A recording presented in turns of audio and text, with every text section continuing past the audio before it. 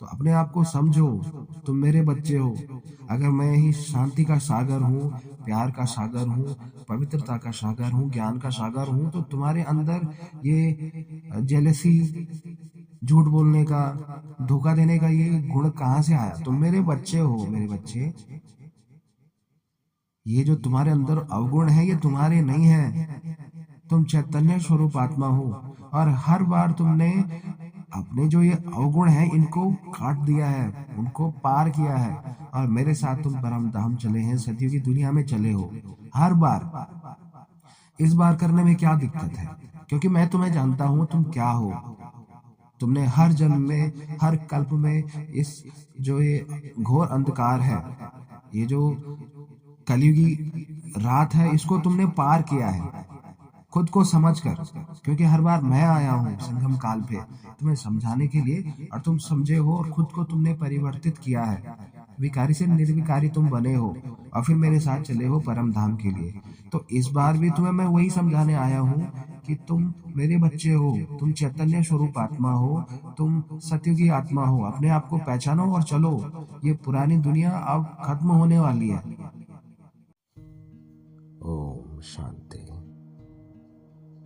अलौकिक जीवन का कर्तव्य ही है विकारी को निर्विकारी बनाना। अलौकिक जीवन का क्या मतलब है और लौकिक जीवन होता क्या है? अलौकिक जीवन यानी कि सबसे पहले तो हमें ये जानना पड़ेगा कि लौकिक जीवन होता क्या है। उसके बाद हम अलौकिक को समझेंगे कि अलौकिक क्या है, इन दोनों के बीच क्या अंतर है। लौकिक जीवन का मतलब होता है कि फिजिकल वर्ल्ड जिसमें हम रह रहे हैं, जिसमें बॉडी है, पहाड़ हैं, नदी है, झरने हैं, जीव जंतु हैं, मानव है, ये है लौकिक जीवन। और ठीक इसका उल्टा है अलौकिक, फिजिकल का अपोजिट, जहां पर कुछ भी लौकिक नहीं है, तो वो है सोल वर्ल्ड, परम धाम। तो वहां भी जीवन है। अलौकिक जीवन का मतलब है, लौकिक जीवन का मतलब है कि जैसे हम जी रहे हैं, जैसे हम कर्म कर रहे हैं, रिश्ते निभा रहे हैं, इस धरती पर हम जो भी कर रहे हैं वो सब लौकिक जीवन है। और अलौकिक जीवन का मतलब है कि रहेंगे यहीं, लेकिन अलौकिक कौन सी चीज हमें बना देगी? वो है हम जब अपने आत्मिक स्वरूप में रहेंगे। और ये आत्मिक स्वरूप है क्या? आत्मिक स्वरूप का मतलब है कि जो हमारा शाश्वत, जो कल्पों कल्पों से हमारी पहचान है, उसको जानना, और उन गुणों को जानकर, उन गुणों को धारण करके फिर सारे लौकिक कर्म करना।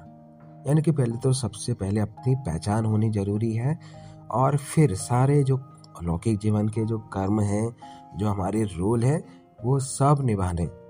तो वो है अलौकिक जीवन, यानी यहाँ रहकर भी यहाँ न रहना, वो है अलौकिक जीवन। और इस अलौकिक जीवन का कर्तव्य ही है विकारी को निर्विकारी बनाना। यानी अगर हम इस स्थिति में हैं, आत्मिक स्थिति में हैं, और परमात्मा के साथ हमारा हर समय कनेक्शन बना हुआ है, इस्टेब्लिश है, तो हमारा जो कर्तव्य है इस अलौकिक जीवन का, तो विकारी को निर्विकारी बनाना है। विकारी यानी कि हम सभी तो विकारी हैं। विकारी का क्या मतलब है? विकारी का मतलब है कि जो लोग, हम सभी लोग जो इस तो जो हम सभी लोग इस फिजिकल वर्ल्ड में हैं, इस भौतिक जगत में हैं, हमारे अंदर कहीं ना कहीं कोई ना कोई अवगुण आ चुका है। अब क्यों आ चुका है? क्योंकि एक तो समय भी ऐसा ही है, कलयुग अपने चरम पर है, और दूसरी बात यह है कि हमारी जो हम है, हम यानी कि बॉडी नहीं है, या हम का मतलब यहाँ पे वो नहीं है कि रमेश, सुरेश, कविता, गीता, रामदास, ये नहीं है। हम का मतलब है कि हम आत्माओं के जो गुण हैं वो भी काफी कम हो चुके हैं। हमारी जो आत्मिक एनर्जी है वो काफी डाउन हो चुकी है, दो कारणों से। एक तो हमारे अंदर अवगुण आ चुके हैं, या ये भी कह सकते हैं कि हमारी जो एनर्जी है वो डाउन हो चुकी है, तो अवगुण इजीली एंटर हो रहा है। अगर हम पावरफुल हैं, जैसे वो एक मच्छर मारने वाला एक वो होता है ना, बैडमिंटन टाइप का, उसमें अगर एनर्जी रहती है तो उसमें कोई भी मच्छर बचता नहीं है, पट पट पट करके मर जाता है।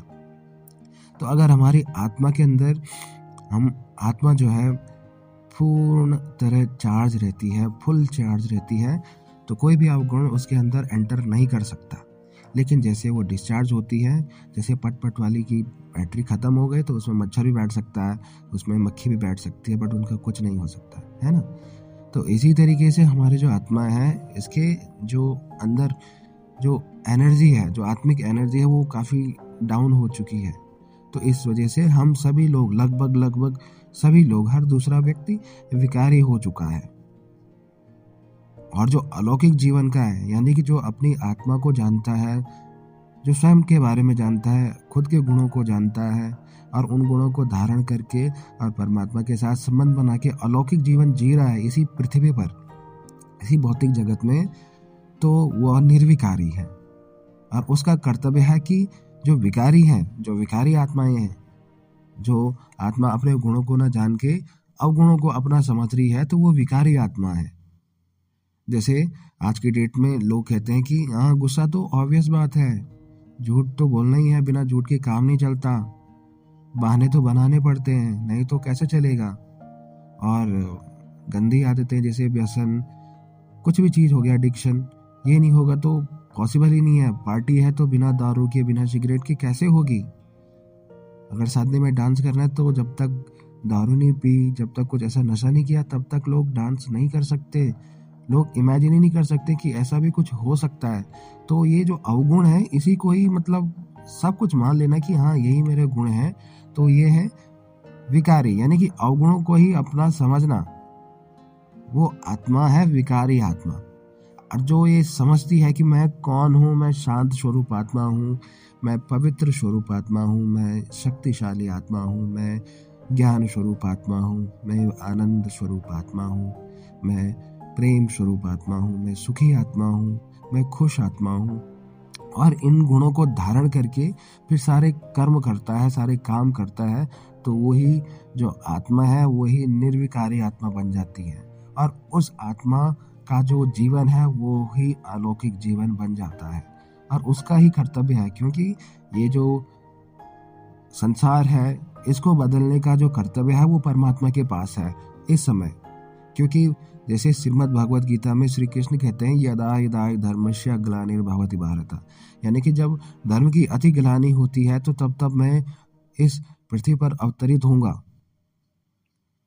तो यही वो समय है जब परमात्मा अवतरित हो चुके हैं। ये है संगम काल, ना वो इससे पहले अवतरित हो सकते थे, ना इसके बाद। यही समय है, क्योंकि कलयुग अपने चरम पर है और वो किसी को मार नहीं देंगे, किसी को काट नहीं देंगे, कुछ नहीं करेंगे। वो हमें हमारी पहचान बताएंगे कि तुम हो कौन, अपने आप को समझो, फिर मुझे तुम समझ पाओगे कि मैं कौन हूँ, मेरे साथ तुम्हारा क्या संबंध है और अभी तुम्हें कैसे बदलना है, तुम्हारे गुण क्या थे और तुम किन गुणों को अपना समझ रहे हो। तुम निर्विकारी आत्माएं थे, तुम एकदम प्योर आत्माएं थी, लेकिन अवगुणों को तुम खुद अपना समझ रहे हो, तो तुम विकारी आत्मा हो चुके। अपने आप को समझो, तुम मेरे बच्चे हो। अगर मैं ही शांति का सागर हूँ, प्यार का सागर हूँ, पवित्रता का सागर हूँ, ज्ञान का सागर हूँ, तो तुम्हारे अंदर ये जेलसी, झूठ बोलने का, धोखा देने का ये गुण कहाँ से आया। तुम मेरे बच्चे हो, मेरे बच्चे। ये जो तुम्हारे अंदर अवगुण है ये तुम्हारे नहीं है, तुम चैतन्य स्वरूप आत्मा हो। और हर बार तुमने अपने जो ये अवगुण हैं इनको काट दिया है, उनको पार किया है, और मेरे साथ तुम परम धाम चले हैं, सदियों की दुनिया में चले हो। हर बार इस बार करने में क्या दिक्कत है, क्योंकि मैं तुम्हें जानता हूं तुम क्या हो। तुमने हर जन्म में, हर कल्प में इस जो ये घोर अंधकार है, ये जो कलयुगी रात है, इसको तुमने पार किया है खुद को समझकर। क्योंकि हर बार मैं आया हूँ संगम काल पे तुम्हें समझाने के लिए, और तुम समझे हो और खुद को तुमने परिवर्तित किया है। विकारी से निर्विकारी तुम बने हो और फिर मेरे साथ चले हो परम धाम के लिए। तो इस बार भी तुम्हें मैं वही समझाने आया हूँ कि तुम मेरे बच्चे हो, तुम चैतन्य स्वरूप आत्मा हो, तुम सत्य की आत्मा हो। अपने आप को पहचानो और चलो। ये पुरानी दुनिया अब खत्म होने वाली है। यहाँ से अब जाने का समय आ चुका है, घर जाने का समय आ चुका है। जैसे माँ कहती है ना, जैसे बच्चा खेल रहा है बाहर और अंधेरा हो रहा है, तो माँ कहती है कि चलो अब घर चलो, रात बहुत हो गई। क्योंकि उन्हें पता है कि यहाँ पे रात में कुछ भी हो सकता है, कोई जानवर आ सकता है, या बच्चे को चोट लग सकती है, या गिर सकता है ना, कुछ भी हो सकता है। तो माँ को पता होता है कि अब सही नहीं है, तो वो बच्चे को घर ले जाती है।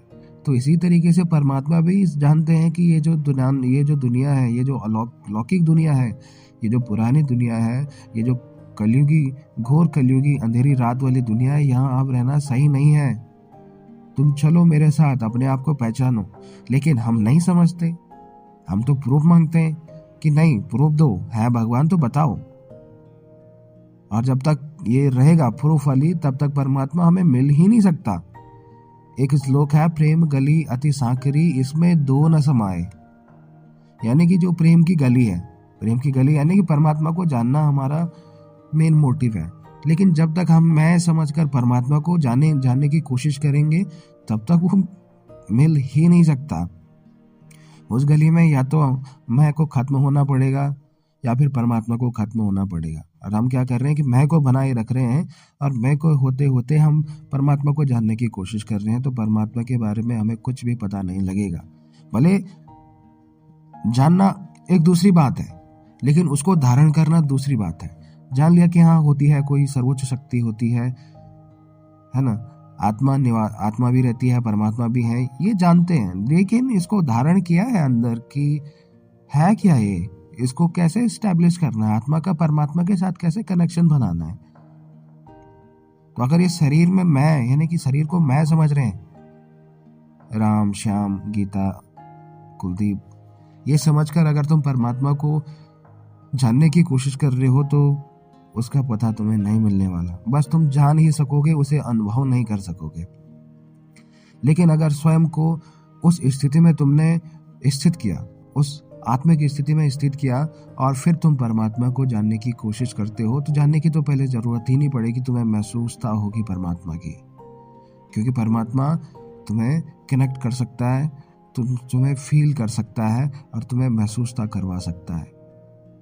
लेकिन बॉडी में रहोगे, यानी कि बॉडी इस तरीके से है कि जैसे तार है, कोई वायर है, उसके बाहर से कोई प्लास्टिक का कवर है, और परमात्मा है बिना प्लास्टिक के कवर का। वो एकदम चैतन्य स्वरूप शक्ति है। तो अगर वो हमसे कनेक्ट करना चाहे, तो बाहर से जब तक कवर रहेगा, हम उसे महसूस ही नहीं कर सकते, वो करंट ही फ्लो नहीं होगा। लेकिन हमें वो कवर हटाना पड़ेगा। अब शरीर को तो मार नहीं सकते ना, तो हमें उस आत्मिक स्थिति में अपने आप को स्थित करना पड़ेगा। वो कैसे करना पड़ेगा? उसको करने के लिए सबसे पहले आत्मा को जानना पड़ेगा कि आत्मा है क्या, वो रहती कहाँ है, हमारे शरीर में किधर रहती है, और उसके गुण क्या है, उसकी पहचान क्या है, उसका पिता कौन है, वो कैसी दिखती है, वो कैसा उसका स्वभाव है, क्या उसके गुण हैं, ये समझना है। फिर उन गुणों को धारण करके फिर सारे कर्म करने, और फिर वो स्थिति अपने आप आ जाएगी, आत्मिक स्थिति। फिर परमात्मा, क्योंकि वो बाहर से कवर हट जाएगा, क्योंकि हम खुद को शरीर नहीं मान रहे हैं, क्योंकि ये टेम्पररी शरीर है, ये जन्म पे हमें मिला है, मृत्यु पे खत्म हो जाएगा। लेकिन जो जन्म से पहले भी है और मृत्यु के बाद भी रहेगा और जन्मों जन्मों से चलती आ रही है, वो है असली सत्य, वो है आत्मा।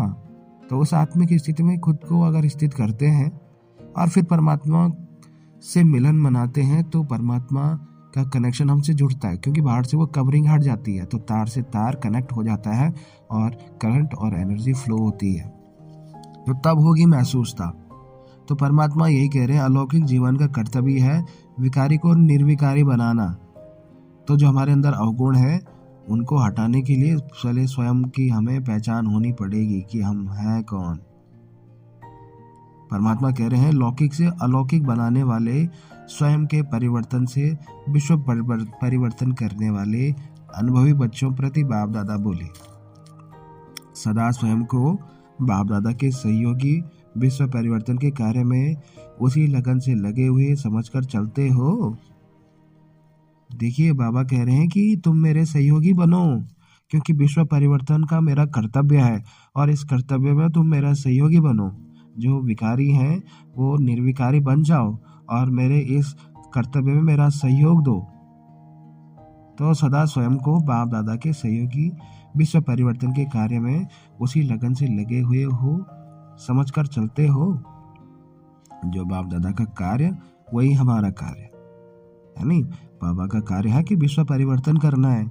जो विकारी आत्माएं उनको निर्विकारी बनाना है।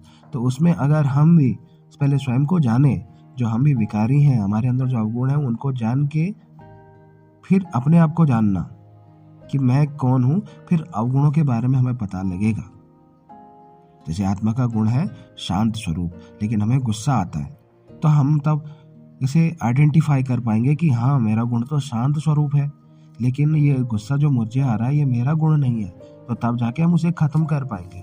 लेकिन जब तक हमें खुद की पहचान ही नहीं होगी तो वो अवगुण हम खत्म कर ही नहीं पाएंगे। तो परमात्मा यही कह रहे हैं कि विश्व परिवर्तन के कार्य में उसी लगन से लगे हुए हो, समझकर चलते हो। जो बाप दादा का कार्य वही हमारा। यह स्मृति रहती है, ये याद रहती है कि बाबा का कर्तव्य में सहयोग देना है। जैसे बाप सर्व शक्तियां और गुणों के सागर हैं, वैसे स्वयं को भी संपन्न अनुभव करते हो। स्वयं के कमजोर संकल्प और संस्कारों को परिवर्तन करने की शक्ति में समर्थी आई है।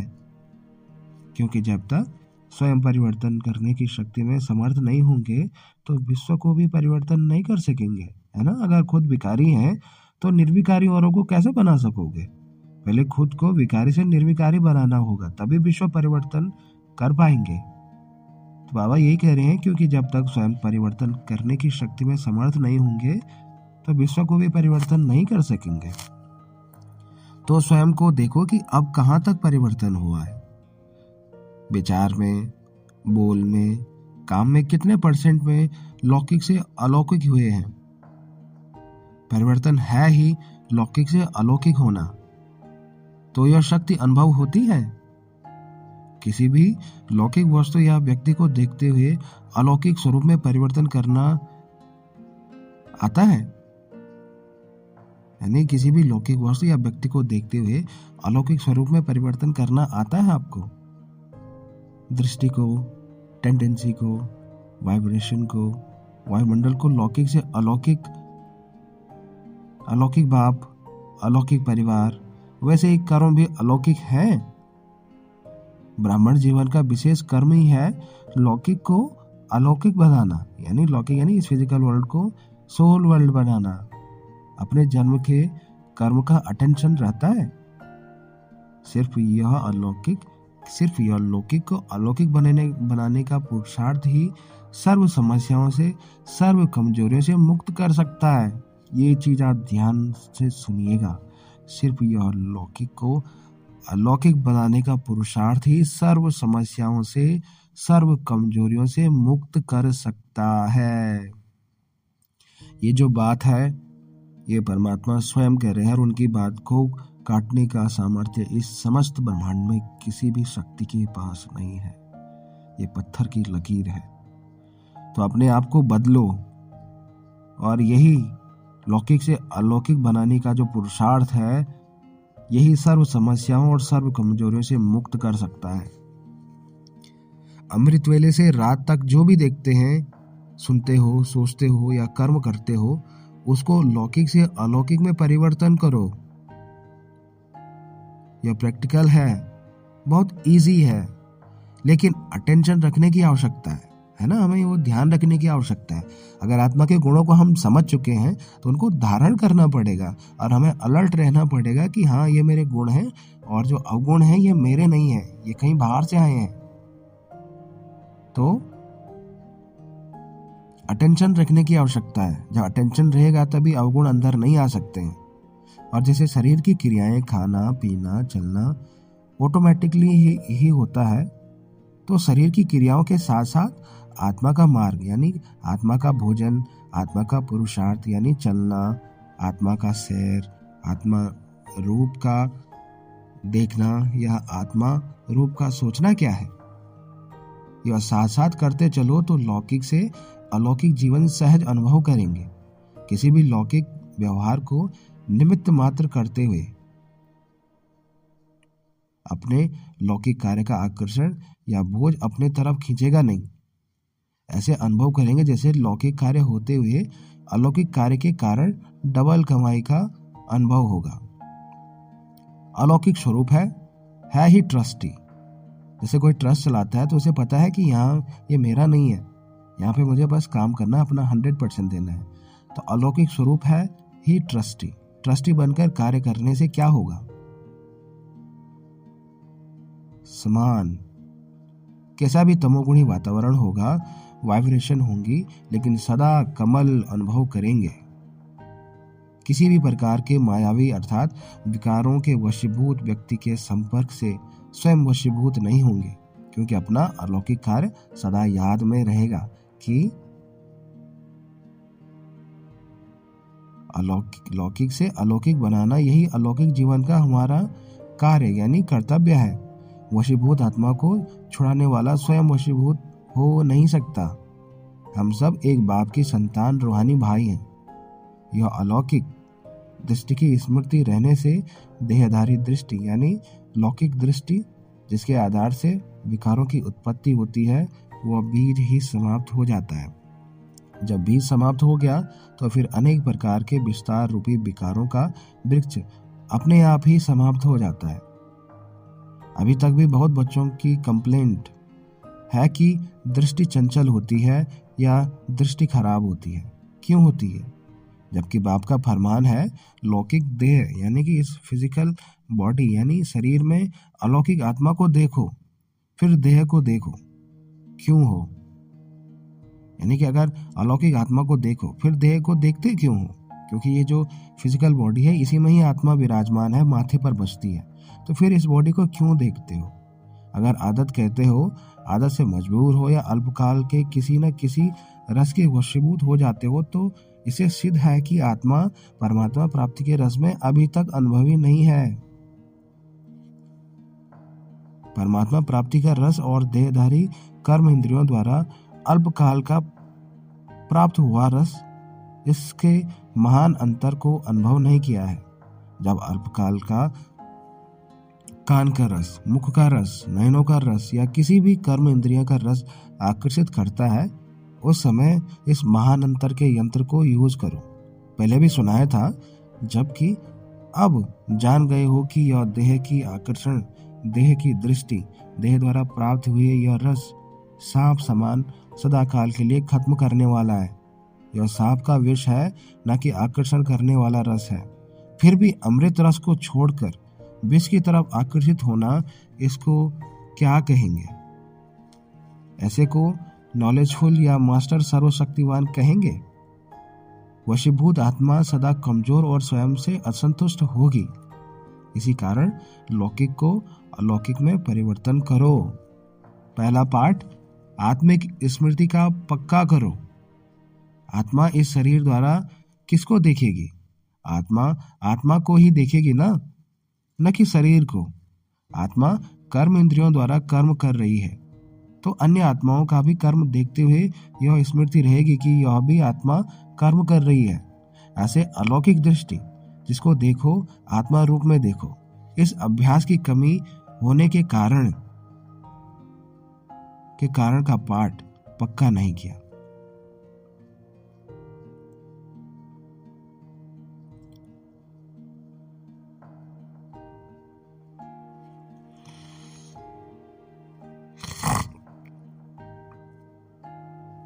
इस कारण स्वयं प्राप्ति अटेंशन कम रहता है, दूसरों के प्रति अटेंशन ज्यादा रहता है, दिखाई दे देता है।